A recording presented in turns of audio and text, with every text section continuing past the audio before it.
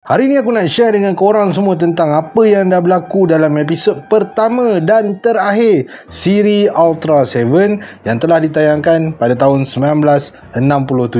Episod pertama siri Ultra 7 ni mengisahkan tentang makhluk asing yang sudah pun berada di bumi mula menculik manusia untuk dijadikan bahan uji kaji sebelum diorang ni nak menakluki bumi. Pasukan pertahanan bumi yang pada ketika itu dipimpin oleh Ultra Guard menemui jalan buntu untuk menghalang makhluk asing tu daripada terus menculik manusia.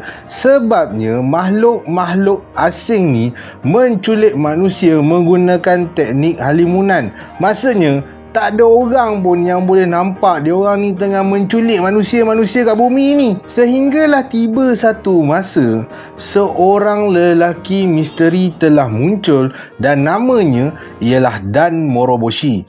Dan Moroboshi lah yang memberitahu kepada pasukan Ultra Guard tentang cara macam mana nak mengesan kapal angkasa makhluk asing yang telah menculik manusia ni. Hasil perkongsian Dan Moroboshi itu telah menyebabkan pasukan Ultra Guard berjaya mengesan kedudukan kapal angkasa makhluk asing yang telah menculik manusia.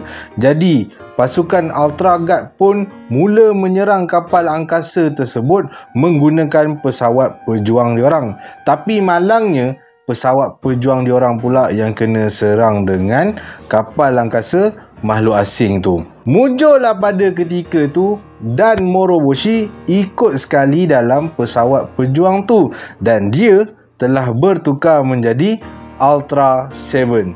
Dan Moroboshi ni sebenarnya adalah Ultra 7 dan berasal dari planet Nebula M78. So, bila Dan Moroboshi dah bertukar menjadi Ultra 7, dia pun masuklah ke dalam kapal angkasa tu untuk menyelamatkan manusia-manusia yang telah pun diculik oleh makhluk asing. Di akhir episod pertama siri Ultra 7 ni kita dapat tengok Dan Moroboshi aka Ultra 7 telah pun dipilih menjadi anggota pasukan Ultra Guard.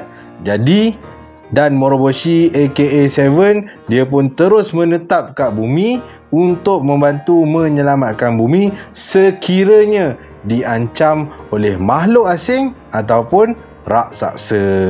Episod akhir siri Ultra 7 pula mengisahkan tentang puak alien ghost yang cuba nak menakluki bumi dengan melakukan serangan secara besar-besaran. Jadi, puak alien ghost ni telah menghantar raksasa terkuat diorang bernama Pandon untuk menakluki bumi. Dan Moroboshi aka Ultra 7 pada ketika tu dah berasa sangat penat dan mengalami banyak kecederaan selepas dia terpaksa berlawan dengan banyak gila raksasa demi untuk menyelamatkan bumi. Tapi bila raksasa Pandon dah datang buat kacau kat bumi, nak musnahkan bumi, takkan dia nak duduk diam saja kan? Walaupun dalam keadaan cedera, Dan Moroboshi terpaksa bertukar menjadi Ultra 7 untuk berlawan dengan raksasa Pandon demi untuk menyelamatkan bumi. Dalam episod akhir ni memang kita dapat tengok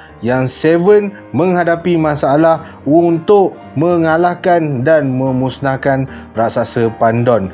Mujurlah pada ketika itu anggota-anggota pasukan Ultra Guard datang membantu. Dengan bantuan yang diberikan oleh pasukan Ultra Guard, 7 akhirnya berjaya mengalahkan raksasa Pandon, termasuklah mengalahkan dan memusnahkan semua kaum alien ghost yang ada kat bumi.